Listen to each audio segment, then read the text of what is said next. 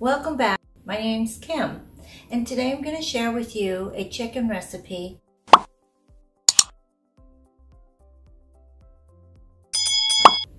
And don't forget, if you watch the video all the way to the end, you just might be able to see some funny bloopers, hopefully.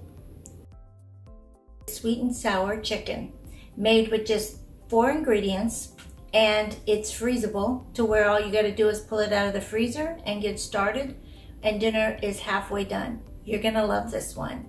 But before I share this with you, first of all, I have to give a shout out to Daryl Hudson. This was his family recipe that he made for his family quite often, and because of his daughter Shalana, she was kind enough to share it with me, and our family loves this recipe, and I know you will too. So thank you, Mr. Hudson and Shalana, for this wonderful recipe. Let's get started. So for those of you that have seen some of the things on our channel before, this is one gadget that I've used before, and the thing that I love about it is the fact that it's flat. And these extend to fit any size baggie that you might use. I suggest for any of these freezer meals that we're doing to use a freezer style Ziploc baggie, because those are really designed with thicker material so that they'll last. And as always, I put down the day's date, the name of the recipe that I'm doing, and I also put on there how I'm going to cook it. This particular recipe, you are going to bake it in the oven at 350 degrees for about 30 minutes. So since I've already put that on my Ziploc baggie, we'll just go ahead and get it started in the baggie holder. So this is how we do it. We just put it in the inside, and we pull the tabs of the baggie right up to the top and open it up a little bit, because it does get a little bit of an odd shape there, but just open it up as so. Okay, now to save time, what I have done is gone ahead and used my chicken breast and diced it up in big bite-sized chunks. Now Mr. Hudson and Shalana recommend that you leave your chicken breast whole. They feel that you get the flavor a little bit more when you do it that way. But because I just like to cut my time in half, I just went ahead and chunked it up. So that way, once it's cooked, it's going right on the table. I don't have to worry about cutting it up later. So again, I've used the white meat of the chicken, so it's chicken breast, and it's about 2 to 3 pounds of chicken meat that I'm using. So simply just pour the chunks right into the baggie, as so. And because of the weight, sometimes this happens in the baggie holder. But I love this little gadget because of the fact that it keeps the top open for me, so as I add ingredients, I don't have to worry about it going elsewhere. For the items that I've just shown you are going to be down below.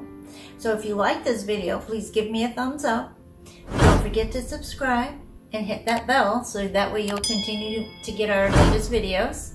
And then comments. I love comments. If you happen to have a recipe that you would like to know how to do, or if there's something you want to learn how to do something, let us know. We'll love to do the research for you, and then we'll come back and let you know what we find out.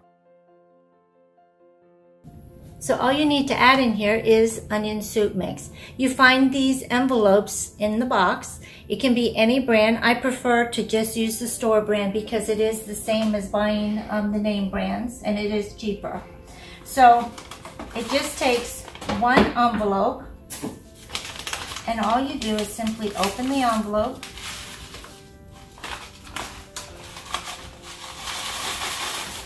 and just sprinkle that really good inside. It also takes 1 bottle of Russian dressing. Now, as you see, this one is Ken's Steakhouse Russian dressing, so it does look a little bit more on the creamier side. If you can't find this, you can use WishBone brand of Russian dressing, and this is the one that Shalana and her father have always used in their family recipe, the WishBone brand. That is a little bit more red, but again, it's very hard to find sometimes in the store. So if you do find it, get a couple of bottles and then keep them in the pantry. For the sake of not being able to find that one, this is what I was able to find. So this is what I used last time, so I'm using it again this time to share with you.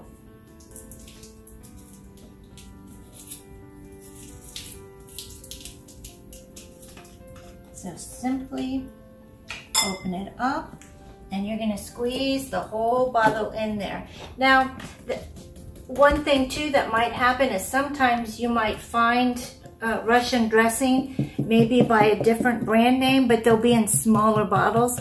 If that is the case, that you cannot find a large bottle like this one that's 16 ounces, please go ahead and buy 2 of the small ones and it will be fine in your recipe to equal your big container.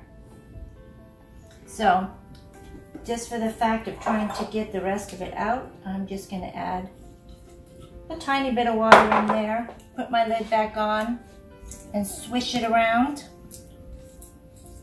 because I don't want to miss any of this goodness in my recipe. And then just pour that in.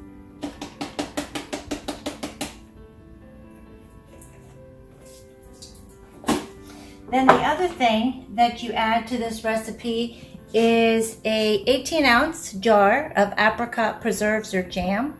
Again, I use store brand. Both the onion soup mix and this one I've bought at Aldi because I do like the prices at Aldi. And again, they have good products that I'm very happy with. So that's what I use. One of my gadgets that I'm going to use today, which is new, that I haven't used today, is my finger spatula. I love this little thing because sometimes when you're trying to get in the bottom of your mayonnaise jar or something like that, you can't always get it all cleaned out. And sometimes there's a good amount in there to where you could get enough for an extra sandwich or 2. So rather than to throw away that container and not get it all out, invest in a nice little finger spatula. They work marvelous. And as you can see, that's what I'm gonna do. And you just dump the whole jar in there.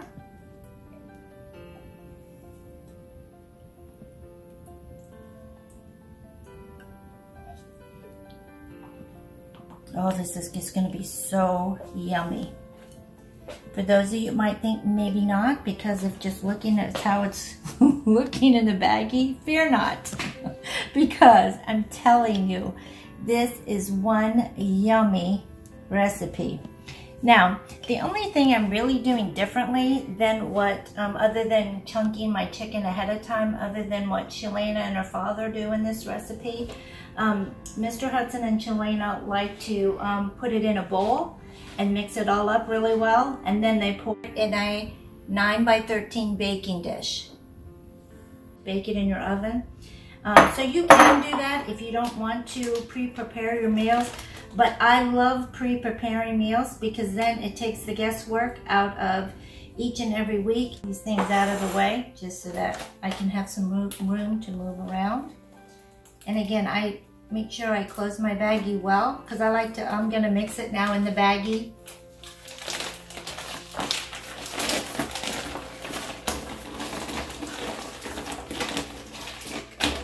I'm just going to toss it as so in the baggie. And basically when this cooks, it will look like this creamy color that you're actually seeing in the bag, but the flavors are phenomenal. Now, Mr. Hudson and his daughter Shalana like to make this up, and they pour it over mashed potatoes and have corn, which sounds really yummy. When I made it the time before, I made rice and poured it over rice, and then I also stir-fried some broccoli, fresh broccoli with oil and garlic and onion, and we had that as a side dish. So whatever your family would, care to have, that, as far as vegetable is concerned, then go with that, because that way you'll make sure that they get what they need for a good meal. And there you have it, my friends. You have a meal that will easily feed a family of 4, and you'll even have leftovers for another day's meal. Which you can see I put over a bed of rice along with a side of broccoli and fresh avocado. Yummy. Okay, we are gonna sign off because we're digging into this yummy meal Hope you enjoy it too.